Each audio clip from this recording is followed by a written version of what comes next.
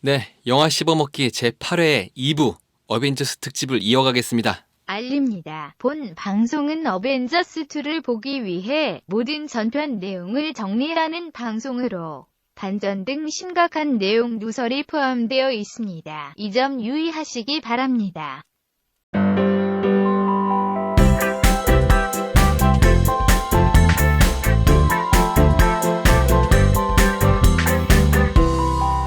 영화 씹어먹기. 네, 1부에 이어서 2부를 시작할 텐데요. 어떻게 네. 1부 내용은 다 이해가 되시는지 모르겠네요. 일부 재밌네요. 이게 어벤져스가 지금 저희가 어벤져스 1까지만 딱 소개했잖아요. 네.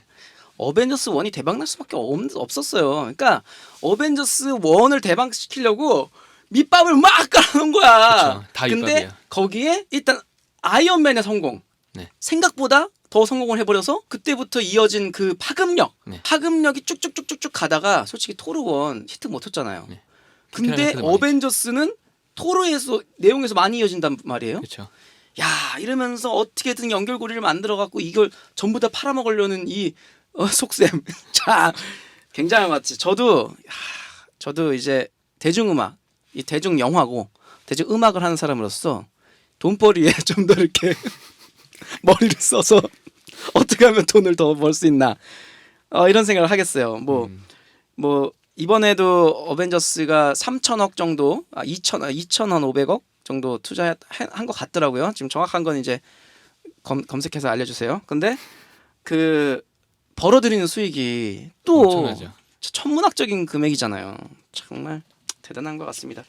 자, 이제 어벤져스 1부터 지금 이제 2 나오기 직전까지의 내용들을 정리 좀 해주세요. 네, 어벤져스 이후부터 정리를 할게요. What's up? 안녕하세요. 래퍼 송지입니다. 여러분은 지금 영화 씹어먹기를 듣고 계십니다. Peace. 제가 맨 처음에 알려드렸던 위그 드라실이라는 우주가 있기 전으로 돌아갈게요. 위드 드라실이라는 우주가 있기 전에 어둠의 시대였어요. 잠깐만, 그럼 또 한참 또- 전이에요. 아니 위그드라실이 일단은 잠깐 지구를 정복하려다가 오딘이 이제 지구를 구해주고 네. 뭐 이런 걸 했잖아요. 위그 드라실은 세계관 이름이고요. 세계관, 세계관 이 우주. 네. 그래서 이 세계관 우주가 어쨌든 오딘이 전체를 관리하고 있지. 관리자잖아요. 예, 예, 관리자. 예. 근데 어쨌든 이 그거도 있기에 전이야. 그런 우주가 생겨나기도 전이야. 네. 네, 그렇습니다. 우주가 있기 전 어둠의 어둠의 시대. 시대. 그곳엔 다크 엘프가 있었고요. 네. 이 다크 엘프들은 에테르라는 고대의 힘을 이용해서 이 세상을 다시 어둠으로 되돌리려고 노력했었습니다. 네. 하지만 토르의 증조 할아버지 보어왕이 그걸 막아냈고요. 네. 이 다크 엘프의 리더 말레키스는 에테르까지 빼앗겨 버립니다. 네네.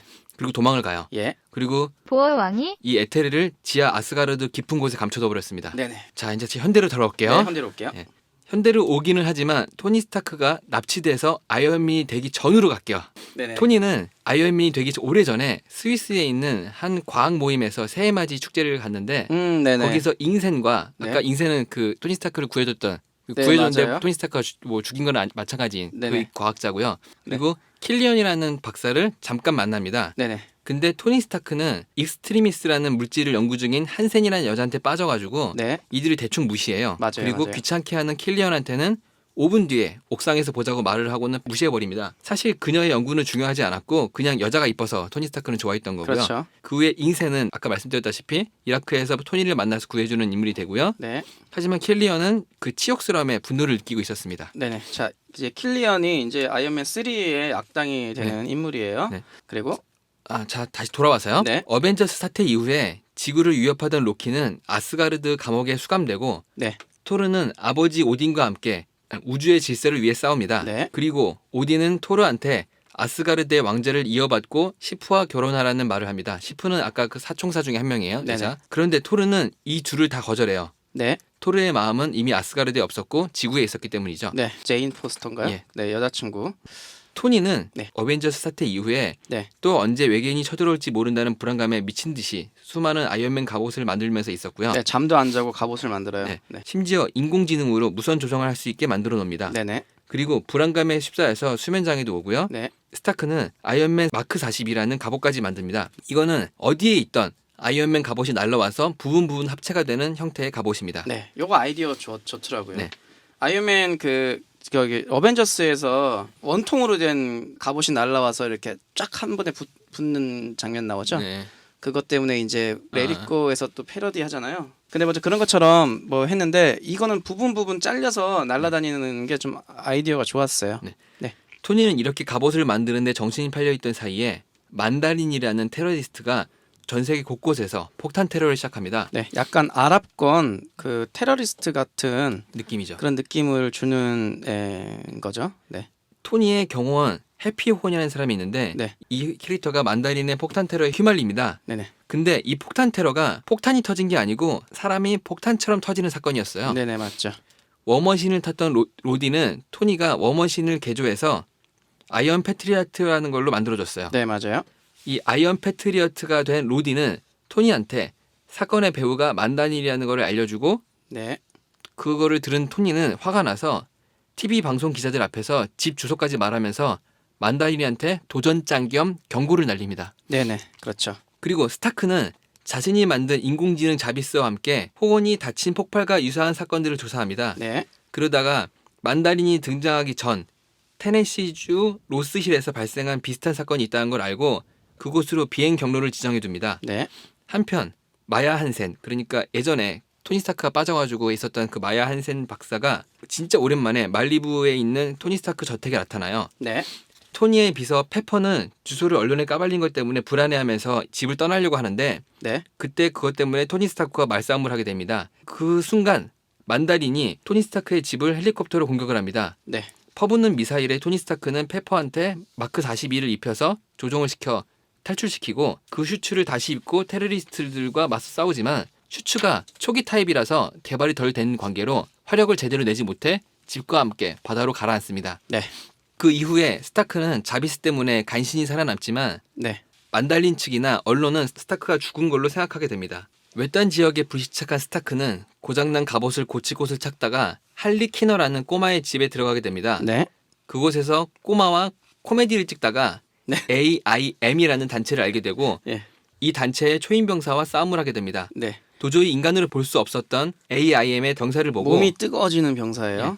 빨갛게 되면서. 그 병사를 보고 아이언 패트리어트인 로디한테 연락을 해서 AIM 서버로 접속을 합니다. 네, 그 이 AIM 서버에서 이 모든 일의 뒤엔 킬리언과 익스트리미스라는 물질이 원인임을 알게 자, 되고요. 킬리언은 예전에 그 파티에서 네. 자기가 무시했던 5분 그 뒤에 사람이죠. 만나자고 무시해가지고 화가 났던 그 사람이고요. 사람이었죠. 이때 토니의 비서 페퍼와 아이언 패트리어트 로디는 익스트리미스 병사에게 습격을 받아 납치됩니다. 네, 토니는 이들을 구하기 위해서 꼬마와 함께 공구점에서 이런저런 물건을 사서 무기를 만듭니다. 네, 그리고 현재 만다린이 숨어있다고 생각되는 킬리언의 저택에 잠입을 하는데 예, 그곳에 있던 만다린은 가짜였습니다. 네, TV 등에 비춰지던 만다린은 사실 트레버 슬래터리라는 마약에 중독된 정신나간 배우에 불과했던 것이었고요. 그렇죠.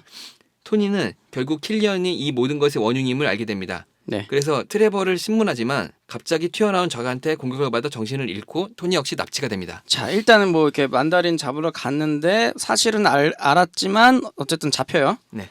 정신 차린 스타크는 킬리언으로부터 페퍼가 이미 익스트리미스 약물을 주입받은 상태라는 소식을 듣고 절망합니다. 네, 이게 잘못되면 폭발할 수 있는 거였거든요. 네네 그렇죠.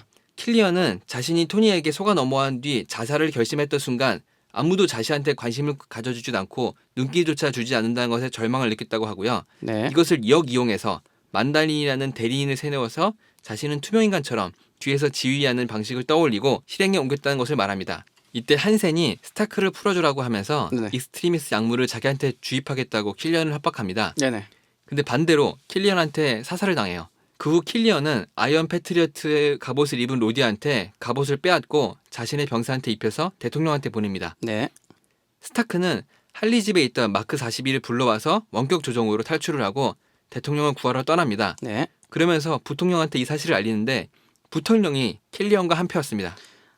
이 시나리오 작가나 뭐 이 사람들은요. 네. 2인자는 뭔가 욕심이 많고 1인자를 부러워하고 시스템에서 배신을 하고 뭐 다 이렇게만 쓰이네요. 자, 그냥 제 썰이었습니다. 자, 넘어가시죠. 자. 토니는 우여곡절 끝에 대통령도 구하고 킬리언과 최종 결투를 벌이는데 네.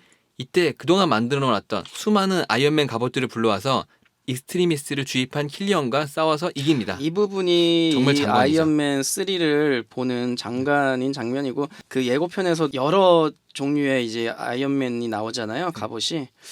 네, 그것 때문에 기대가 많이 했었고 뭐 장관이었죠.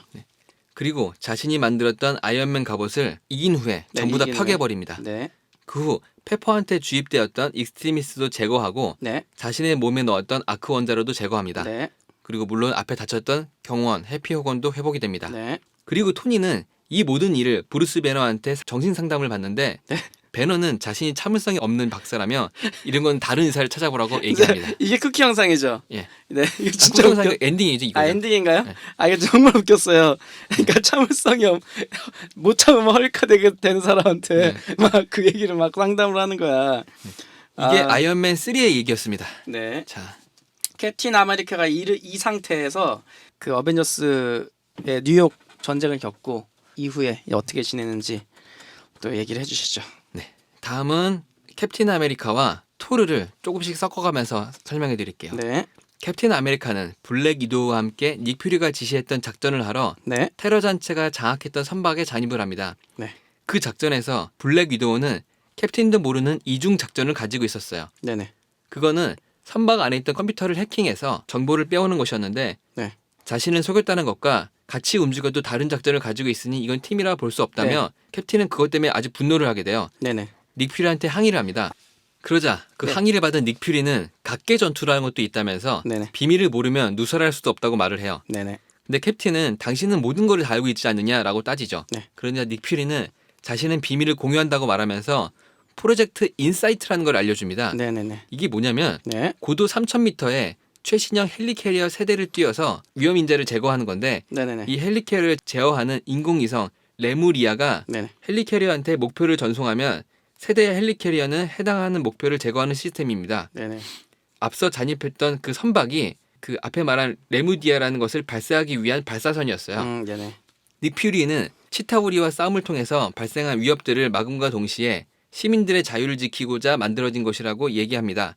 하지만 캡틴은 이것은 자유가 아니야. 그냥 공포일 뿐이야 라고 말을 하면서 그렇죠. 프로젝트 인사이트에 반대하는 입장을 분명하게 말합니다.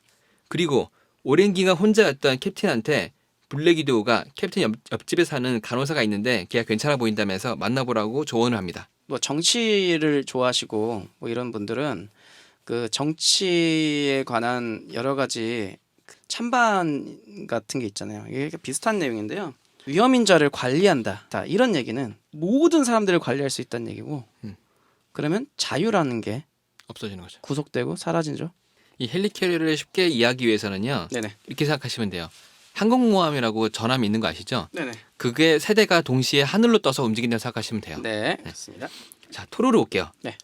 앞서 토르가 인간이 되어서 추방당했을 때 만난 제인 포스터라는 지구인 여자가 있는데 네, 이 여자가 우연히 런던에 있는 지구의 자기장이 이상한 곳에 갔다가 네. 순간 이동돼서 아스가르드의 지하로 갑니다. 네, 이때 맨 처음에 말했던 그 에테르라는 물건을 만지게 되는데 네네 맞아요. 아까 얘기했죠. 그 다크 엘프가 예, 훔쳐왔다. 예. 예. 이 에테르는 제인 포스터의 몸에 들어가 버렸고 네. 제인 포스터는 다시 런던으로 에테르의 힘에 의해서 보내집니다. 네, 이때 방출된 에너지의 파동이 오래전에 도망쳐서 숨어있던 말레키스, 이 다크엘프의 리더를 깨우게 됩니다. 그리고 말레키스는 이 에테르가 다시 나타났으니까 에테르를 찾아서 나섭니다. 네, 토르는 헤임달이라는 아스가르드 문지기한테 제인 포스터가 지구에서 사라졌다는 이야기를 듣고 지구로 내려가서 제인을 만나는데 네, 제인 몸에서 인간이 가질 수 없는 힘이 있는 걸 보고 그녀를 아스가르드로 데려옵니다. 네, 그런데 아스가르드에 있는 의사들도 그녀의 몸에서 에테르를 빼내는 건 불가능하다는 얘기를 합니다. 네, 그러면서 이 에테르가 고대부터 내려져온 무한한 힘을 가진 것이라고 알려줍니다. 네, 말레키스는 커스라는 다크 엘프를 아스가르드 감옥에 침투시키고 자 말레키스 다크 엘프잖아요. 말레키스도. 네. 근데 커스도 다크 엘프인데 오른팔 같은. 네. 네, 오른팔 같은 인물이죠. 네, 이 커스는 아스가르드 감옥을 파괴하고 네, 탈출하게 됩니다. 이때 로키는 아스가르드가 파괴되는 걸 바랐기 때문에 커스한테 그 나가는 길까지 다 알려줘요. 네, 네, 네, 그렇죠. 그래서 결국 밖에서는 다크 엘프들이 우주선을 이끌고 공격해오고 안에서는 커스가 방어 시스템을 고장냄으로 인해서 다크 엘프들이 아스가르드로 우르르 들어와 한바탕 전투가 벌어집니다. 네, 그리고 다크 엘프의 리더 말레키스는 제인한테서 에테르를 뺏으려고 하나 네, 토르의 공격으로 인해 도망치게 됩니다. 네. 그러나 그 와중에 토르의 어머니가 커스한테 살해를 당합니다. 어머니가 죽어서 슬픔을 겪은 토르만큼이나 고통스러운 건 로키였는데 이게 네. 왜 그러냐면 로키한테 정을 주고 자신을 사람 대접해준 거는 유일하게 어머니였어요. 근데 그 어머니를 자신이 죽인 꼴이 된 거죠. 그렇죠. 그래서 다시 다크엘프들의 공격이 있을 거라는 생각에 로키는 제인을 미끼로 이용해서 말레키스와 대결을 펼치려고 하나 그의 아버지 오딘은 오히려 무기를 건네주는 꼴이 될 거라고 생각해서 제인을 역으로 가둡니다. 네. 하지만 토르는 아버지 몰래 제인을 데리고 나와서 다크 엘프가 있는 곳으로 가고자 아스가르드를 몰래 빠져나갈 수 있는 길을 유일하게 아는 로키한테 복수할 기회가 있으니 자기를 도와달라고 합니다. 네. 결국 토르와 로키는 제인과 함께 다크 엘프가 있는 별로 이동하고 그곳에서 말레키스와 부하들과 전투를 하게 됩니다. 하지만 이 과정에서 오히려 에테리를 빼앗기고 로키도 죽임을 당합니다. 불행 중 다행으로 에테리를 빼앗긴 제인은 그냥 일반인이 됩니다. 캡틴 아메리카로 돌아오겠습니다. 네. 한편 블랙 위도우가 구해온 USB의 내용물을 본 닉 퓨리는 네. 자신도 모르게 자신의 이름으로 만들어진 보안 파일이 있고 자기가 가진 권한보다 더 높은 권한이 필요하다는 사실을 알게 됩니다. 네. 근데 자기보다 높은 권한을 가진 사람은 한 명밖에 없어요. 네. 그는 바로 쉴드 국장인 알렉산더 피어스입니다. 불안을 느낀 닉 퓨리는 네. 알렉산더 피어스와 만나서 약간 확인할 것이 있으니까 이 프로젝트 인사이드를 연기해달라고 요청을 합니다. 네. 근데 알렉산더 피어스는 아이언맨이 자기 손자와 놀아주는 조건으로 이를 수락합니다. 네. 프로젝트 인사이드에 연기 요청을 한 후에 뭔가 미심적인 것을 느낀 닉 퓨리는 마리아 힐이라는 자기 부하한테 연락해서 실드 내에 그 누구도 모르게 밖으로 나와서 워싱턴 DC로 와 자신을 만나자라는 약속을 잡고 자동차를 타고 가다가 경찰 복장을 한 단체한테 공격을 받습니다. 네. 닉 퓨리는 그들을 따돌리고 무사히 도망치지만 얼마 못 가서 강철팔을 달고 나타난 윈터 솔저라는 사람한테 가로막힙니다. 하지만 우여곡절 끝에 역시 도망치게 되죠. 자, 여기서 윈터 솔저가 첫 출연을 하죠. 네. 샘 윌슨이라는 은퇴한 흑인 병사와 노닥이던 캡틴이 집으로 돌아옵니다. 네. 이때 옆집에 사는 간호사 아가씨 케이트가 다가와서 캡틴의 집에 근처를 가니까 오디오가 너무 크게 틀어져 있더라 라는 얘기를 합니다. 네. 이때 캡틴은 뭔가 의심스러운 생각이 들어서 자신의 집으로 몰래 들어갑니다. 네. 그때 집안에는 크게 다친 닉 퓨리가 있었습니다. 네. 닉 퓨리는 모든 것이 도청되고 있으며 쉴드는 저한테 오염되었다. 믿을 수 있는 건 너와 나뿐이다 라는 말을 하며 블랙 위도우가 빼낸 USB를 캡틴한테 줍니다. 네. 그리고 벽을 뚫고 들어온 총알에 닉 퓨리가 맞습니다. 이때 캡틴 옆집에 살고 있었던 간호사 케이트가 총을 빼들고 집에 쳐들어옵니다. 알고 보니 케이트라는 이름과 간호사라는 직업은 실제로는 위장이었고요. 에이전트 13이라는 코드네임이 부여된 실드의 요원이었어요. 닉 퓨리의 명령에 비밀리에 캡틴 주변을 경호하고 있었던 것이었고요. 그것을 캡틴한테 알려줍니다. 캡틴은 총에 맞아 쓰러진 닉 퓨리를 에이전트 13한테 맡기고 자신은 닉 퓨리를 쏜 그 강철팔을 한 윈터 솔저를 쫓아가지만 추적에는 실패하고 맙니다. 네, 여기서 이제 또 캡틴 아메리카와 윈터 솔저와 첫 만남을 이룹니다. 그리고 닉 퓨리는 수술을 하다가 죽게 되고요. 네. 앞에- 죽는 것처럼 나오죠. 일단요. 죽죠. 네, 닉 퓨리는 수술 중에 죽고요. 앞에 말한 마리아 힐이라는 부하는 캡틴한테 왜 닉 퓨리가 캡틴의 집에 갔냐고 묻지만 캡틴은 얼버무리게 됩니다. 네. 이제 우주가 하나로 연결되는 컨버전스라는 게 일어나면 말레키스는 에테르를 이용해서 온 우주를 멸망시켜서 다크엘프들이 살기 좋은 어둠의 세계로 만들려고 합니다. 네. 이게 뭐냐면 에테리를 이용해서 멸망을 시키는데 네. 다 관통시키면서 멸망시키겠다는 거예요. 네. 하지만 우연히 제인과 토르는 컨버전스가 일어나는 장소를 알게 되고 그곳에 가서 말레키스와 최후의 대결을 펼치게 됩니다. 네. 이 전투에서 말레키스는 죽고 토르는 아버지 오딘에게 자신은 아스가르드를 물려받지 않겠다는 말을 하는데 의외로 오딘이 그냥 승낙을 해줍니다. 그래서 토르는 지구에 내려옵니다. 네. 자, 토르가 정리 끝났습니다. 토르 맨 끝에 하나 해줘야 돼요. 근데. 네. 네. 닉 퓨리가 총에 맞아 죽은 후 알렉산더 피어스는 프로젝트 인사이트를 다시 실행하려고 합니다. 그러면서 캡틴 아메리카가 방해가 될 것이라 생각하고 캡틴을 제거하려 하지만 캡틴은 방패 하나로 전투기까지 부수면서 도망치고 블랙 위도우와 접선을 합니다. 블랙 위도우는 닉 퓨리를 죽인 상대가 50여 년간 24명 이상을 죽인 암살자 윈터 솔저라는 것을 알려줍니다. 그리고 USB의 자료를 토대로 뉴저지에 있는 폐쇄된 훈련소로 가는데 네. 이 훈련소는 스티븐이 캡틴 아메리카가 되기 전에 훈련을 받았던 곳이었어요. 네. 훈련소 내에 있으면 안 되는 이상한 무기고를 발견하고는 네. 그곳에 블랙위도와 함께 들어가게 됩니다. 네. 근데 그곳이 초기에 쉴드의 비밀 기지임을 알게 됩니다. 그리고 그 지하로 내려가는데 구식 컴퓨터가 엄청나게 많은 곳을 발견하게 됩니다. 예. 이곳에서 USB 안에 데이터가 나왔다고 생각한 그들은 그곳에 USB를 꼽는데 그러자 모든 컴퓨터가 동시에 작동을 하면서 이 두 사람한테 말을 걸어옵니다. 알고 보니 그의 정체는 아르님 졸라라는 과학자가 자신이 죽기 전에 자신의 두뇌를 데이터화시켜서 넣어둔 것이었죠. 네네네. 근데 이 과학자는 세계 2차 대전 당시에 하이드라 소속의 과학자로 레드스컬의 부하였어요. 그렇죠. 이 아르졸라가 프로젝트 인사이드의 중심 알고리즘을 만들었고 세계 2차 대전 이후 하이드라는 해체된 것이 아니고 오히려 미국 정부 및 쉴드의 내부로 잠입하여 토니 스타크의 아버지 하워드 스타크를 죽였다는 것도 알려줍니다. 그리고 이렇게 주저주절 자신이 알려준 거는 캡틴과 자신이 같이 자살을 하려고 발사한 미사일이 도착하기까지 시간을 벌기 위함이라고 알려줍니다. 하지만 캡틴은 또 그 방패 하나로 블랙 위도우와 함께 살아납니다. 이게 한마디로 지금 이게 간단하게 표현하자면요. 네. 캡틴 아메리카 1에 있던 나쁜 놈 있잖아요. 네. 그 나쁜 놈의 부하가 네. 다시 나온 거예요. 데이터 그러니까 컴퓨터 데이터로 살아서 2의 모든 나쁜 일들을 진행시켰다라는 걸 설명해주고 있는 거예요. 네. 이후에 닉 퓨리를 죽인 윈터 솔저를 고용한 사람이 네. 알렉산더 피어스라는 것이 나오고요. 네. 한마디로 하이드라는 종전 이후에 조금씩 미국 정부와 쉴드 내부로 들어와서 쉴드의 국장 자리까지 빼앗은 거게 됩니다. 그렇죠. 빼앗은 겁니다. 그리고 알렉산더 피어스가 하려는 프로젝트 인사이드는 졸라의 알고리즘으로 만들어진 것이며 헬리캐리어가 제거할 타겟을 이미 분류해둔 상태였는데 네. 여기는 브루스 배너나 토니 스타크 등 히어로나 마리아 힐처럼 하이드라에 반대하는 요원 아니면 미국 대통령 같은 자신의 편이 아닌 정치인들을 물론이고 과거의 행적을 분석해서 현재는 딱히 중요하지 않으나 미래에 히드라의 존재를 알게 되면 반기를 들 수 있는 사람들을 모두 포함시켜 놨습니다. 헬리캐리어가 발진하면 이들 모두를 죽일 작정이었죠. 블랙 위도우와 캡틴은 도망을 치다가 앞에 잠깐 언급했던 샘 윌슨이라는 은퇴한 흑인 병사 집으로 숨어드는데 네. 그곳에서 그가 과거 팔콘이라는 하늘을 나는 병사였음을 알게 됩니다. 네. 날개 달고 이렇게 날라요. 그래서 그의 힘을 빌려 시트웨일이라는 쉴드로 위장한 하이드라 요원을 납치해 신문을 하다가 이 모든 사건의 전말을 이제 듣게 됩니다. 네.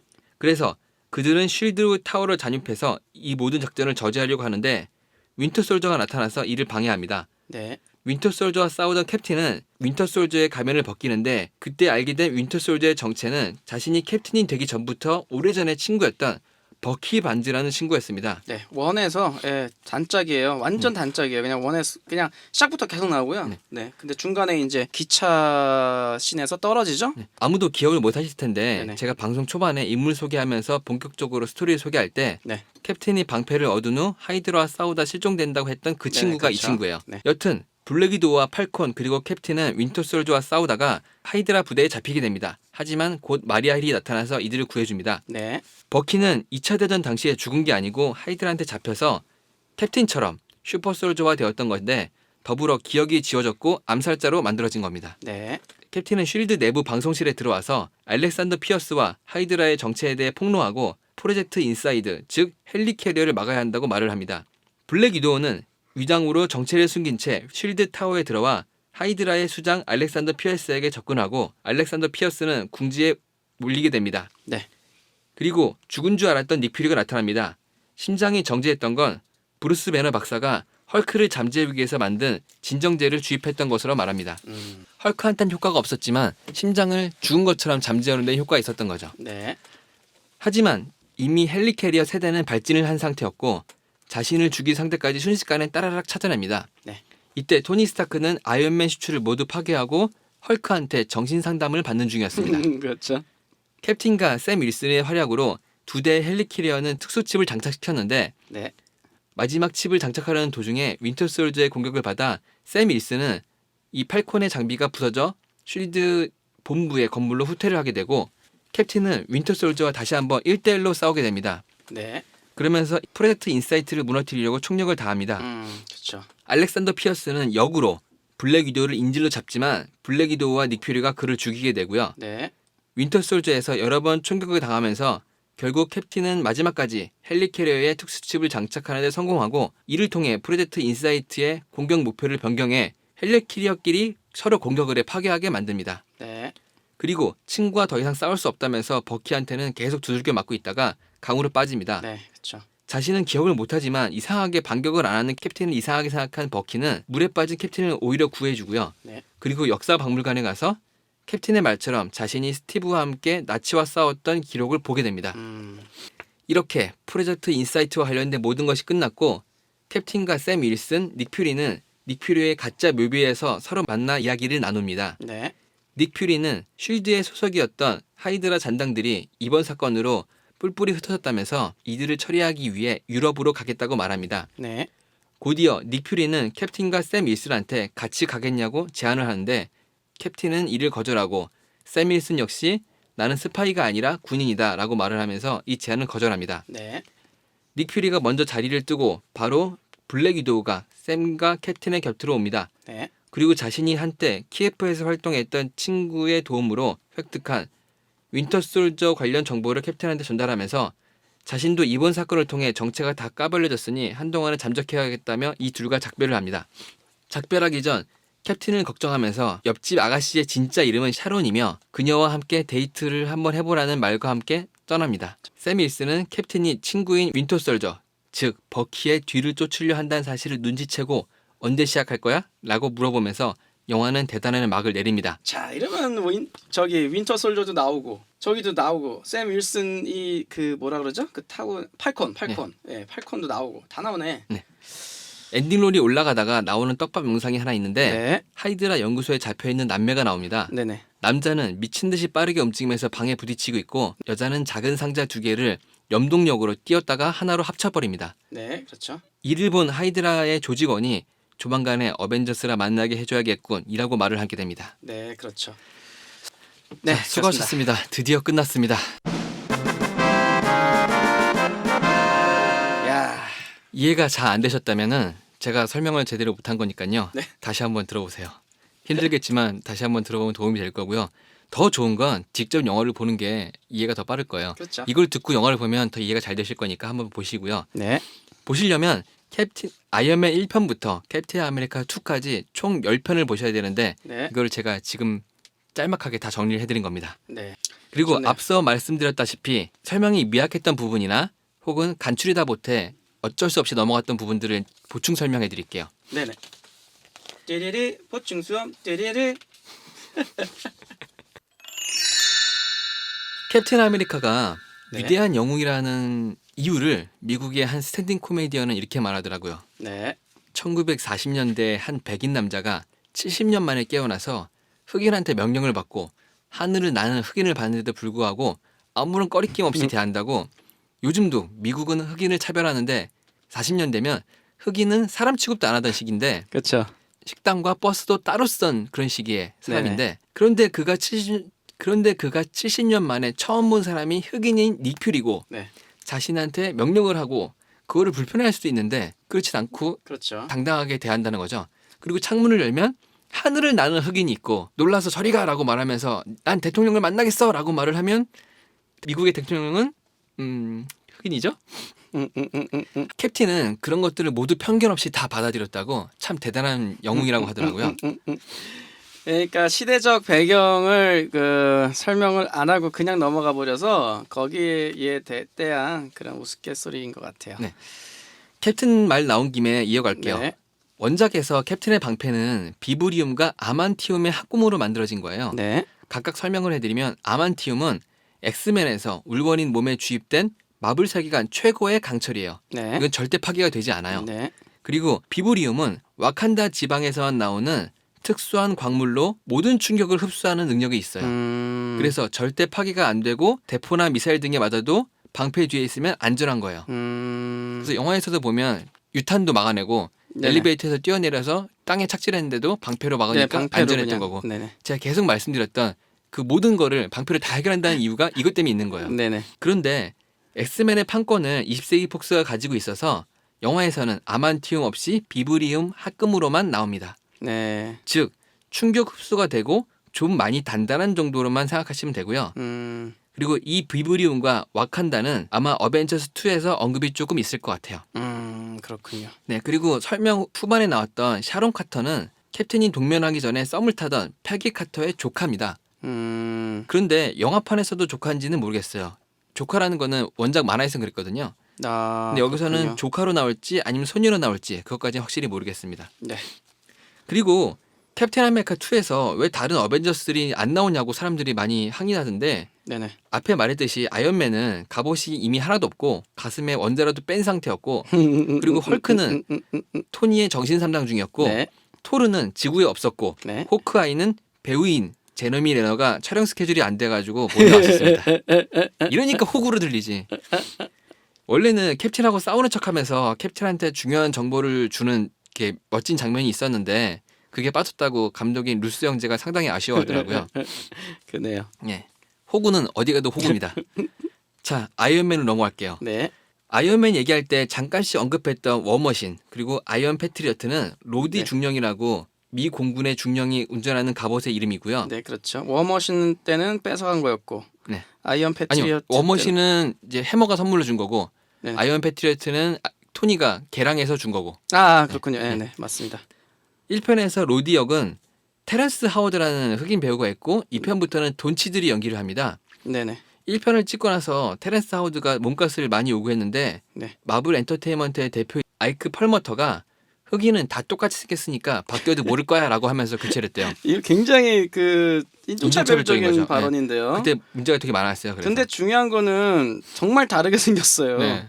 왜냐면 테렌스 하워드가 약간 그 완전 흑인보다는 약간 멕시칸이 약간 섞여 있는 느낌이 있거든요. 얼굴 형태가. 근데 그래서 약간 차이가 있는 것 같아요. 제 생각에는 테렌스 하워드가 훨씬 더 잘 어울리는데 안타깝습니다. 네, 배우로는 근데 그거는 저희가 아이언맨 1에 너무 심취해서 그럴 수도 있어요. 개인적으로 네. 테렌스 하워드를 좋아해요. 제가. 네, 저도 테렌스 하워드가 그 예전에 래퍼를 연기한 적이 있었거든요. 예. 그 작품 정말 매력적이게 봐서 저도 개인적으로 굉장히 좋아하는 배우입니다. 네. 그리고 1, 2편에서 토니의 운전기사를 하고 3편에서 경호실장으로 나오는 해피 호건이라는 캐릭터가 있는데 네네. 이 사람은 사실 아이언맨 1, 2편의 감독 존 파브로가 연기하고 있어요. 네, 감독이에요, 감독. 네. 배우도 하고 감독도 한 거예요. 네네.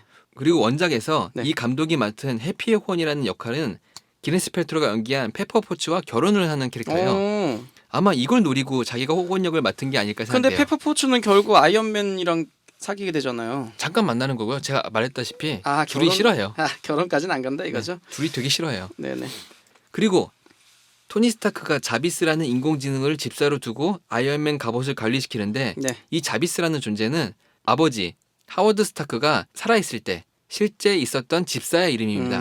원작에서는 토니 스타크도 이 자비스라는 집사한테 관리를 받는데 약간 배트맨처럼요. 네.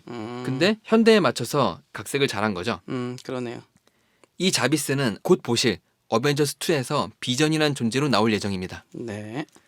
토르로 넘어갈게요. 네. 토르 마지막에 오딘이 토르가 왕위 계승을 안 해도 지구로 내려가는 거를 승낙했다고 했는데 네네. 이건 사실 로키가 변장한 거고요. 네네. 그 나오죠. 네. 같아요. 네. 로키는 그때 죽은 게 아니고 죽은 걸로 위장한 상태였어요. 네네네. 아버지 오딘의 행방은 지금은 묘연한 상태입니다. 그러니까요. 저도 그게 궁금했어요. 이제 네. 어벤져스 2에서 설명이 될런지 아니면 토르로 다 넘어가서 설명이 될런지 그건 모릅니다. 그리고 중간중간에 제가 테세렉트 큐브와 에테르라는 걸 얘기했는데 네. 이거는 어벤져스 1 직전에 잠시 언급했던 타노스라는 존재가 찾는 6가지 인피니트 잼의 종류 2가지입니다. 네. 이 타노스는 이 보석을 자신의 장갑에 끼워서 사용하는데 이 장갑이 없어도 헐크와 대등하게 싸울 수 있을 만큼 강력한 존재예요. 자, 타노스라는 존재가 일단 그 가디언즈 오브 갤럭시에 나오고요. 예. 잠깐 나오고 그 인피니티 잼이라는 게 그 6가지 보물인 거죠? 예, 보석이에요. 보석. 네. 근데 그 인피니티 잼이 다 모인 타노스는 어벤져스라 해도 이길 수 없는 존재가 돼버리는데 설명을 해드릴게요. 네네. 우선 테세렉트 큐브는 스페이스 잼이라 불립니다. 테트라스 큐브를 스페이스 잼이랑 같은 거죠? 네. 근데 스페이스 잼은 네. 공간을 마음대로 다룰 수 있는 힘이 있어요. 음. 이게 있으면 어디든지 순간 이동이 가능하고 그래서 대상을- 뉴욕에 이제 그 외계인들이 올 수 있었군요. 네, 이게 있으면 어디든지 순간 이동이 가능하고 네. 대상을 어디론가로 보낼 수 있어요. 이걸로 상대 자체나 네. 상대의 공격을 어디론가 보내는 것도 가능합니다. 네. 공간 관련된 능력이라면 뭐든지 할 수 있어요. 네. 이 능력으로 치타우리 군대를 어벤져스 1에서 네. 지구로 불러오게 된 겁니다. 그리고 에테르라는 게 있잖아요. 네. 이거는 리얼리티잼이에요. 네. 리얼리티. 리얼리티잼. 예. 네. 존재를 지워버리거나 네. 창조하거나 음흠. 법칙을 마음대로 뜯어고칠 수 있는 현실 조작 능력이 있는 거예요. 네. 좀 더 쉽게 말하면은 이거 갖고 그냥 부자가 되게 해주세요라고 하면 당신은 부자가 되는 거예요. 어떻게 보면 정말 막강한 잼이죠. 이게 원작에서는 네. 미스터 판타스틱이라고 네. 판타스틱 4에 나오는 그 몸 막 늘어나 루피처럼 몸 막 네네네네. 늘어나는 얘가 있는데 걔가 가지고 있대요. 아, 그렇군요. 그리고 어벤져스와 아직 연관이 없어서 소개 안 시켜드린 가디언 오브 갤럭시라는 영화가 있는데 네. 여기서 오브라는 게 나와요. 네. 이거는 파워잼이라 불리는데 네, 그 오브가 이제 가디언즈 오브 갤럭시의 주요된 소재가 되는 네. 그런 보물이죠. 네, 그, 이 파워잼은 네. 주먹질 한 방에 행성 하나쯤은 가볍게 파괴할 수 있는 무한한 파워를 지닐 수 있는 물건이고요. 네. 사용자의 육체 능력을 헐크마저 능가하는 신급으로 만들어주는 것으로 네. 힘쓰는 것에 있어서는 최강의 존재입니다. 네. 게다가 다른 잼의 힘을 강력하게 만드는 능력도 가지고 있어요. 그렇군요. 네. 원작에서는 네이머라는 사람이 가지고 있다고 합니다. 네. 네이머라는 히어로 캐릭터가 갖고 있군요. 그리고 마인드 잼이 있는데 네. 제가 어벤져스 소개할 적에 로키가 호구아이를 네. 마인드 컨트롤 해가지고 자기 표를 만들었다 그랬잖아요. 네네네. 이 로키의 지팡이가 이 네. 마인드 잼이 박혀 있어요. 아. 그래서 텔레파시나 음동력 계열이면은 뭐든지 다 할 수 있는데 네네네. 이 만화 세상에서 네. 텔레파시나 음동력이면은 수준이 엄청난 거거든요. 네, 그렇죠. 여튼간에 원작에서는 로키가 아니고 프로펙서 X라고 그 엑스맨에 있는 찰스 자비의 박사 그 네네. 사람이 가지고 있어요. 프로페서죠. 네. 엑스맨에 나오는 그 대머리 네. 네, 박사님이 가지고 계십니다. 네. 원래는. 그리고 아직 안 나온 잼들을 소개시켜 드릴게요. 네. 소울잼이라고 네. 하는데 영혼을 보거나 마음대로 다룰 수 있는 권능이 있는 잼이에요. 네. 영혼 관련된 능력이면 뭐든지 가능해요. 한마디로 너 죽어. 네. 너는 태어나라고 하면 다 가능한 거고요. 음. 원작에서는 닥터 스트레인지가 보유 중인데 네. 닥터 스트레인지는 베네딕트 컴버비치 주연으로 2016년 11월 4일에 개봉하려고 자, 합니다. 이것도 마블에서 주체가 돼서 나오는 거죠? 네. 네. 그리고 마지막으로 타임잼이 있어요. 네. 이거는 시간 정지나 시간 여행뿐만이 아니라 네. 대상의 시간을 조작해서 늙음, 젊음도 조정할 수 있어요. 네. 시간 관련된 능력이라면 뭐든지 할 수 있는 건데 원작에서는 캡틴 아메리카가 가지고 있다고 합니다. 캡틴 아메리카 이런 걸 갖고 있군요, 원작에서. 네. 아, 근데 지금 이렇게 설명하니까 네. 아, 진짜 촌스럽다. 야, 이 영화로 끝내주게 만드니 영화로 끝내지. 야, 이거 무슨 애들 장난감 같은 거죠. 야, 이거 뭐 진짜 5살짜리도 이렇게 설명하면 웃겠어. 자, 근데 영화는 정말 그래 보니까요. 진짜 영화로 만들어내고 이런 거는 무한한 힘이 있어요. 좀 대단한 맞아요. 것 같아요. 진짜. 아, 이거 얘기만 들으면 얼마나 촌스러워. 그리고 이거 솔직히 뭐 캡틴 아메리카 쫄쫄이 옷도 사실 촌스럽죠. 방패 딱 던지면 단축 하는데 이거를 이 각색이랑 이런 걸로 굉장히 현실보다 더 현실화 시키잖아요. 그렇죠. 대단한 작업 같아요. 네. 이 모든 보석들이 다 장갑에 끼고 있으면 그렇죠. 타노스가 얼마큼 이 강력해지지 보석들을 알겠죠. 전부 한 장갑에 낀 거예요. 그래서 이제 그 능력을 모두 갖게 되는 거죠. 되는 뭐 그런 거네요. 네, 근데 이 장갑을 아마 제 생각에는 못 끼게 하거나 껴도 힘을 많이 약화시켜서 아마 나올 것 같아요. 네, 영화로는 아무래도 표현하기가 네. 좀 그럴 수도 있어요. 근데 이 장갑도 영화에 한번 나온 적이 있어요. 아, 토르가 아스가르드 지하에서 잠깐 나올 적에 그때 지하에 장갑이 있습니다 이미. 이렇게 뭐 이렇게 진열돼 있나요? 네. 그리고 아이언맨 3에 관련된 얘기 두 가지만 더 해드릴게요. 네. 만다린이라는 캐릭터가 잠깐 나왔는데 그게 슬래터리라는 가짜 연기자가 연기한 캐릭터라고 했잖아요. 그렇죠. 원작에서는 킬리안이 이제 배우로 예. 있는 거죠. 원작에서는 이 캐릭터가 거의 타노스급으로 되게 강력한 캐릭터예요. 아. 텐링즈라는 단체의 대표인 건데 텐링즈가 말 그대로 반지를 10개를 끼고 있어요. 아. 이 10개의 능력이 타노스의 이 인피니티 잼처럼 되게 강력한 능력들이 있거든요. 근데 그게 영화에서는 나오면 너무 강력하기 때문에 이거를 아마 그런 식으로 가짜 캐릭터로 만들어서 관객의 뒤통수를 친 거예요. 그럴 수 있겠네요. 근데 이제 DVD를 사시면 토르 DVD를 사시면 거기에 실제로 텐링즈가 있고 이 역할을 한 슬래터리가 가짜 연기했기 때문에 그 만다린이 너무 화가 났다. 그래서 슬래터리를 데려가는 그런 얘기가 잠깐 나와요. 재밌네요. 네. 그리고 아이언맨 3에서 토니가 잠깐 만났던 그 꼬마 얘기 있잖아요. 네네. 이 꼬마가 뜬금없이 나와가지고 제가 코미디를 찍었다고 했는데 네네. 아마 마블 측에서는 로버트 다우니 주니어가 나이가 너무 많고 너무 비싸니까 그 배역 중에 제일 비싸거든요, 몸값이. 네, 그렇겠죠. 아이언맨이 네. 제일 히트를 많이 했으니까요. 그리고 나이가 너무 많아서 50대가 넘었더라고요. 네네. 그래서 이제 이 배우가 은퇴를 하거나 아니면 쫓아내버리고 이 네. 꼬마를 그 캐릭터를 이어가지고 쓰려고 하는가, 아이언맨을 새로. 아이언맨 2대를 받거나 아니면 그렇게 하려고 어쨌든 하나라는 그 생각이 꼬마 들어요. 배우 자체를 쓰려는 건 아니고 예, 그 그쵸. 꼬마가 예. 이제 자랐다라고 예, 해서 예, 새로운 예, 배우를 예, 예. 쓰는 이제 매개체로 사용을 하겠다는 어떤 것도 보이네요. 예, 네. 그래서 그 꼬마도 공돌이 출신이 될 것 같은 느낌이 확 드는 캐릭터거든요. 그렇습니다. 네. 그리고 이제 블랙 위도우 얘기를 할게요. 네네. 사실 평범한 인간이 아니에요. 그러니까 블랙 위도우가 뭐 능력이 별로 없어. 네. 뭐 저번에도 저희 말씀드렸잖아요. 능력 너무 없고 그냥 네. 근데 이게 블랙 위도우가 평범한 인간이 아니라는 거죠. 그럼 능력이 더 있을 수도 있다는 얘기예요. 네. 네. 근데 이 자세한 얘기는 네네. 어벤져스 2에 나온다고 하니까 제가 언급을 안 할게요. 야, 영화를 이거는, 보시면 영화를 설명이 될 보시- 것 같아요. 왜냐면 저희가 그 다음 주에 어벤져스 2에 관해서 또 이야기를 나눌 네. 거니까 그때 얘기 나누도록 하죠. 그리고 마지막으로 네. 캡틴 아메리카 얘기할 때 마지막에 나왔던 남녀 얘기 잠깐 할게요. 네네네. 이 남매는 원작에서 매그니토의 자식들이에요. 네네. 여자는 스칼렛 위치라고 하고 예. 남자는 퀵실버라고 하는데 네. 퀵실버 이름이 낯이 익은 분도 계실 거예요. 네네네. 엑스맨 데이 오브 퓨처 패스트에서 잠깐 나오지만 확실한 존재감을 알려준 그 캐릭터인데 네. 배우는 다르지만 같은 캐릭터예요. 배우 같이 쓰지 왜 그랬을까요? 이게 또 둘이 세간이 틀려서 만날 수가 없어요. 엑스맨하고 어벤져스가 완전 다르니까 예. 지금은 다르잖아요. 예. 원작은 같지 않나요? 원작은 같이 나오는 캐릭터고요. 그렇죠. 예. 원작은 같은데 지금 이 영화로 되면서 이게 20세기 폭스가 가지고 있고. 가지고 있기 때문에 뿔뿔이 흩어졌어요. 네. 그래서 아무래도 이제 다른 세계관의 사람으로 만드느라고 배우도 다르게 쓴 것 같아요. 네. 그럼 엑스맨과 어벤져스는 세간이 달라서 서로 그렇죠. 연관성이 없는 캐릭터고요. 그래서 엑스맨에서는 퀵실버라고 안 불린 겁니다. 거기 보면 피터라고 나오죠. 그냥 그렇군요. 예. 그리고 어벤져스에서는 스칼렛 위치가 나오는데 엑스맨에서는 나오지가 않죠. 네, 그렇죠. 이거는 마블하고 20세기 폭스가 잠시 같이 쓰자고 합의를 본 건데 네네네. 제 예상으로는 스칼렛 위치는 마블이 쓰고 퀵실버는 20세기 폭스가 쓰자고 한 것 같아요. 그럼 어벤져스 2에 나오는 퀵실버는 뭐냐? 제 예상이지만 아마 죽을 것 같아요. 혹시 진짜 죽어도 이건 내용 누설 아닙니다. 제 예상이에요. 그냥. 예상이니까. 예.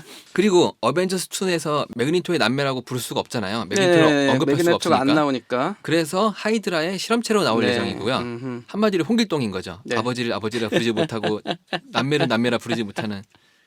그리고 재밌는 사실을 하나 더 알려드릴게요. 네네. 엑스맨의 퀵실버와 어벤져스의 퀵실버는 킥 S라는 만화 원작 영화에 같이 나온 적이 있는 사람들이에요. 어벤져스 퀵실버가 킥S의 주인공 킥S였고요. 그래요? 옆에 있는 뚱뚱한 친구가 엑스맨의 퀵실버예요. 살 뺐나요, 그럼요? 예. 뚱뚱한 친구가? 예. 그리고 어벤져스의 이 두 남매는 얼마 전 개봉했던 영화 고질라에서 부부로 나온 적이 있어요. 되게 관련이 많네요. 네. 재밌네요. 여튼 이 남매의 활약은 어벤져스 2에서 직접 보시면 되겠고요. 네. 이로써 재미없었던 어벤져스 특집을 마무리하겠습니다. 재밌었는데요. 그래요? 이게 대단하네요. 근데 제가 이런 생각이 잠깐 들었는데요. 어떤 역사 속에 우리가 이렇게 딱 들어가 있는 기분이 있잖아요. 네. 사실 뭐 저희가 뭐 저희 기본으로 알고 있어야 되는 한국사와 세계사도 만약 공부를 안 한 친구들이어서 좀 할 말은 없지만, 좀 죄송하긴 하지만 어쨌든 이 그 만화가 원작이 된 게 영화로 바뀌면서 그 영화의 역사 안에 우리가 들어간 기분이고 이게 또 현재 진행형이라는 것 때문에 좀 약간 감동적인 것 같아요. 그런 변에서 앞으로 또 어떤 캐릭터가 또 어떤 만화 캐릭터가 어떻게 바뀌어서 각색돼서 또 어떻게 표현될지도 궁금하고 그 안에서 있기 때문에 정말 재밌는 것 같아요. 저 하나만 더 말씀드릴게요. 네, 그 캡틴 아메리카 2에 럼블로라는 캐릭터가 잠깐 나와요. 네네, 근데 얘가 크로스본즈라는 캐릭터로 나중에 바뀌는데 네네, 그 나중에 나올 11호 원작에서 네네. 캡틴 아메리카를 죽이는 역할이에요. 어, 저격해서 죽이거든요. 근데 거기서도 잠깐 나왔거든요. 그래서 이 캐릭터도 지금은 연관이 없지만 나중에 알아두시면은 이 캐릭터가 얘였구나라는 걸 알 수 있을 거예요. 그렇군요. 자, 원작 만화를 먼저 보고 네, 다 보고 다 찾아보고 불가능해요. 원작 만화가 네. 되게 많고요. 그리고 뭐 지구 1, 지구 2 하면서 네. 이렇게 계속 바뀌어요. 조금씩 그래서 내용이. 지금 이게 1900 그 마블이 1900 60년대부터 그쵸? 이어진 기트예요. 계속부터 계속 만들어내고 있어요. 사실 이 둘리가 뭐 해봤자 지금 새로 나온 둘리하고 이렇게 2편밖에 없거든요. 애니메이션으로는 2편인가 3편밖에 없거든요. 근데 이제 이 마블이나 DC 같은 경우에는 계속 만들어내요. 네, 맞아요. 계속. 그러니까 시대가 바뀌고 거의 뭐 전 연령층이 다 알 수 있도록 계속 만들어낸다는 느낌인 것 같아요. 그래서 버전이 굉장히 많습니다. 그래서 내용도 약간 계속 바뀌고 있는데 저는 이제 이 영화를 최종으로 봐요. 그래서 뭐 현실에서 갑자기 연극이나 그런 기술, 뮤지컬의 무대 기술이 더 발전해서 이런 거를 현실적으로 보여줄 수 있을 수준이 되면 모르겠지만 그 전까지는 영화가 최종이라고 보기 때문에 어쨌든 그 많은 내용들이 합쳐져서 새롭게 또 각색되는 느낌, 그것도 좀 즐겨보시면 재밌을 것 같아요. 지금 제가 소개시켜드린 영화를 다시 말씀드리면요. 네. 아이언맨 1, 헐크, 네. 아이언맨 2, 토르 1, 캡틴 아메리카 1, 어벤져스까지 1부였고요. 네. 그리고 2부에서 아이언맨 3, 토르 2, 캡틴 아메리카 2를 소개시켜드린 건데 네. 사실은 가디언 오브 갤럭시라는 게 하나 더 있어요. 네, 그래서 10개가 되는 거예요. 네. 사실 원래 9개인데 마지막 한 개가 그 가디언즈 오브 갤럭시입니다. 네, 이건 연결이 안 되는데 네, 이거는 어벤져스 3에서 연결이 될 예정이라서 네. 소개를 안 시켜드렸지만 한번 보시면 괜찮을 것 같습니다. 타노스도 나오니까요. 네. 그리고요. 네. 어떤 사람들이 이런 얘기 하더라고요. 나머지 캐릭터들은 계속 2가 나오고 3가 나오는데 왜 헐크는 2가 안 나오고 3가 안 나오느냐 라는 질문을 하더라고요. 네네.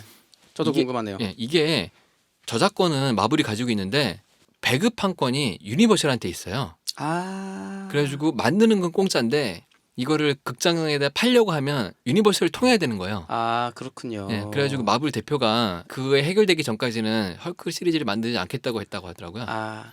그리고 사실 헐크가 원에 헐크가 주인공이 바뀌면서 네. 어벤져스에 들어갈 때 저 왜 저 사람이지? 네. 저도 그랬거든요. 이번에 그 아이언맨 1에서 2로 그 친구 흑인 친구가 바뀐 것처럼. 네.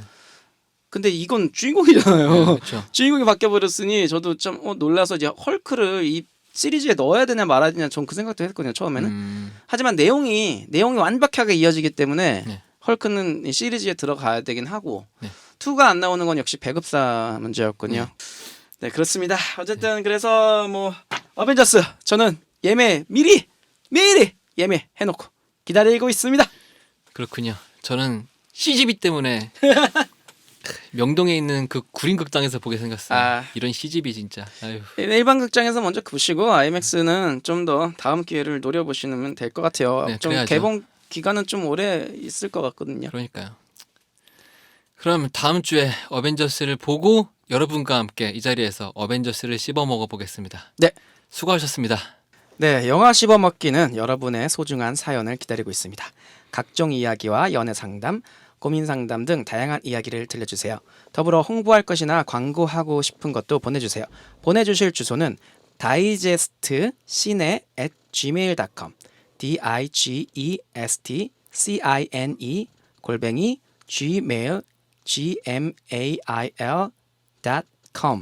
digestcine@gmail.com입니다.